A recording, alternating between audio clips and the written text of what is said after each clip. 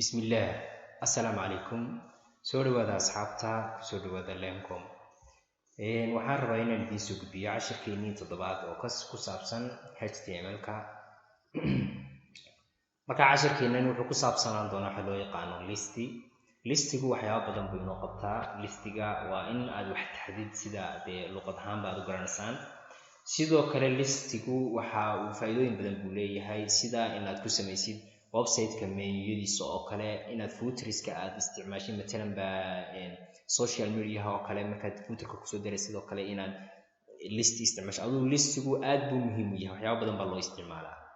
haddaba listiga laba loo kala qaybiyaa waxa la dhahaa unordered list midna waxa la dhahaa ordered list unordered list waa ka aadka loo isticmaalo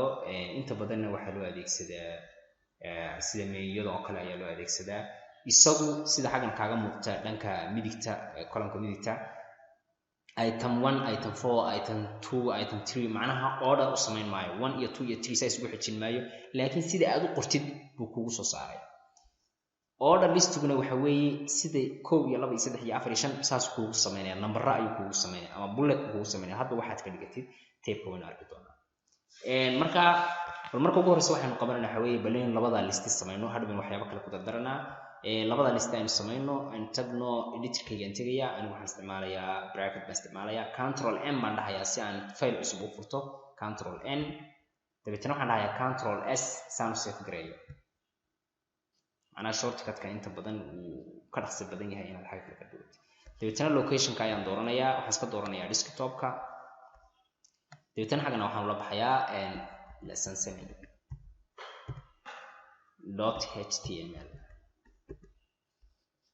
then waxaan dhahayaa save markaan dhaho marka ugu horeysa waxaan qoranayaa intii hore ee ahayd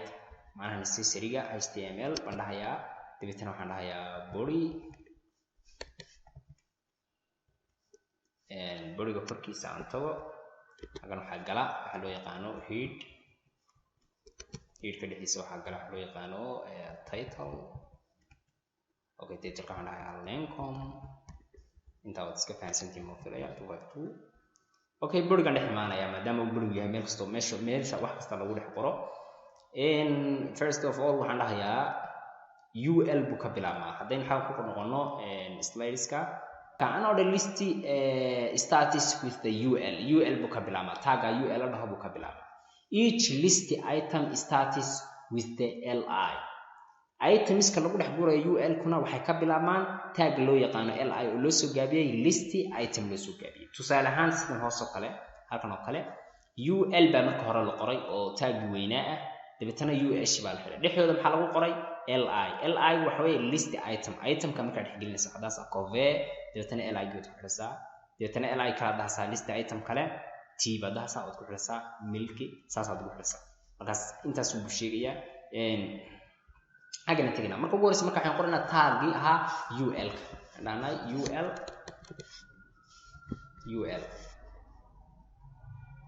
dabeetana way ku xidhanaa tag-gan ku xidhanaa intaa markaan qorro maxaa loo baahan yahay inaynu li-gii qorro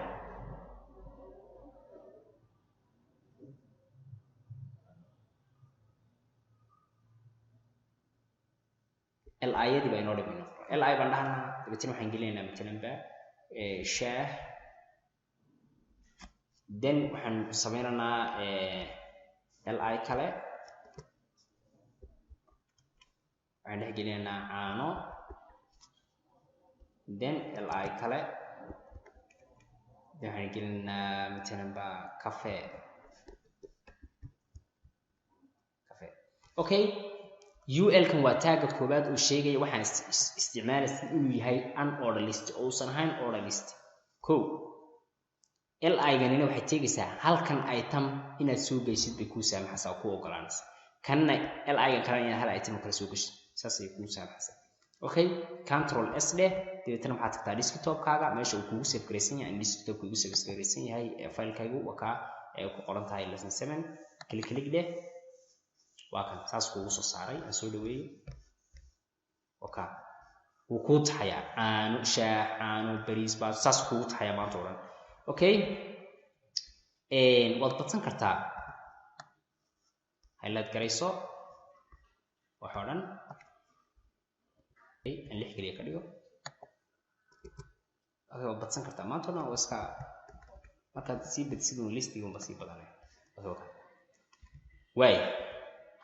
listiga waan sameynay waxaan rabnaa inaan ku xijino wax loo yaqaano an order listigiisa waan sameynay waxa loo yaqaano inaan ku xijiyo waxa ku xijino wax loo yaqaano list style table wax kala maaha waxa weeye hadeerto marka aan tagno browserka li kasta ama list kasta maxaa ka horeeya bullet yar oo bluega dhibic yar oo bluega ka horeysa list style item ku waa dhibicda yar bluega inaad bedeshid inaad ka basaartid inaad nooc hadba nooc rabtid aad ka dhigtid haddaba noocyo kala badan oo kala duwan bay leedahay list style tabesku mid waxa la dhahaa disk mid waxa la cycle mid square way afar gees mid waa banan oo mabale intaas ka soo qaadanay waa inta ugu muhiimsanayd baleen tijaabin ul ka ayaa tigisa markaas tigisa dadtan waxaad leedahay style equal double quotation waxa daasa list dash style dash dadtan waxa daasa table then waxa daasa laba column dadtan markaas waxa qoraysaa nooca masayr kalba iyaga halka uu soo taxayso maartay masayr kalba rabtaa ma decimal baad rabtaa ma waxaad rabtaa decimal waa numberka kale armenian baad rabtaa ma disk baad rabtaa ka rabtid ku dhufo haddaan ku dhufto sorry مثلا بعد waxaan ku dhuftay decimal oo kale control s baan idhi waan save gareeyay deetana waxaan ku noqday browserkayga refresh baan idhi hadaba number uu ka dhigay haddaan hadeer decimal ka taatiro oo aan ka dhigo مثلا circle baan ka dhigaa control s baan idhi ودوتنا waa refresh gareeyay wuxuu ka dhigay goobooyin buu ka dhigay aan mar labaad ku noqdo oo aan taatiro aan ka dhigo waxa loo yaqaano square aan ka dhigo square markaan ka dhigo control s d markasta save gareey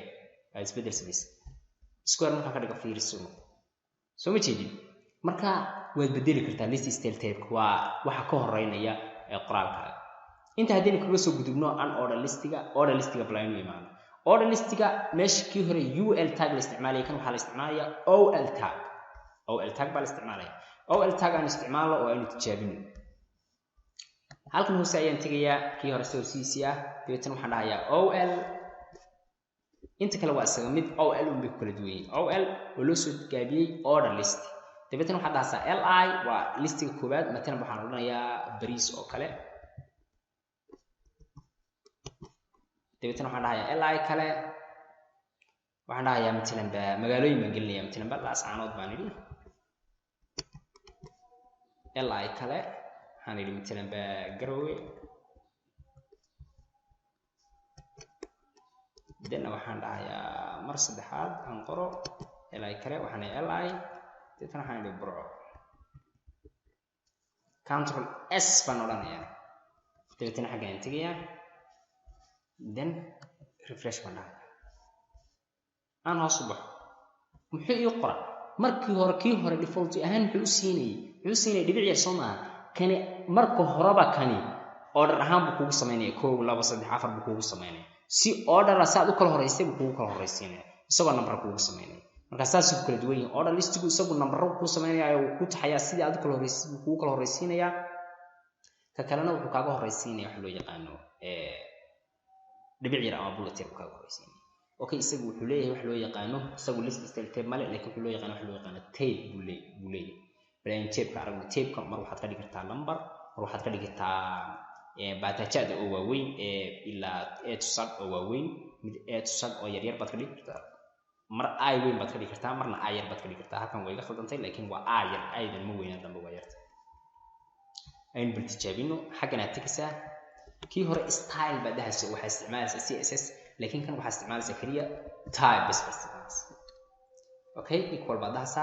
then isaga ma ku soo taxay sumaarti ma number 1 baa isticmaalaysa oo sida kii hadda kale 1 2 3 4 buu sare ma a b c d baa isticmaalaysa a b c d waa weyn bal isticmaalaya baan idhi control s baan idhi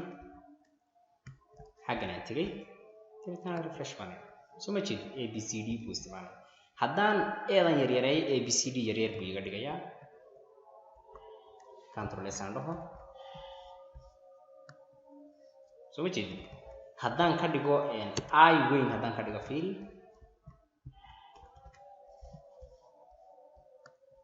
qaabkaas isticmaalsa ayda xisaabtaas ayda isticmaalsa haddaan ka dhigo matalanba ayda oo yar sorry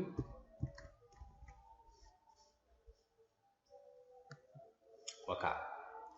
marka order listigan saas oo sameyn kartaa adoo tabkiisa bedelaya sidoo kale list style tabka waxaa isticmaali kartaa none oo waad ka saari kartaaba waa ku tijaabinaysaa ku tijaabi inagu meena tijaabin casharkeena caawin intaas ay ku eegyahay aad iyo aad baad mahadsantihiin fadlan channelka subscribe saara videogana like saara wassalaamu calaykum waraxmatullaahi wabarakaatuh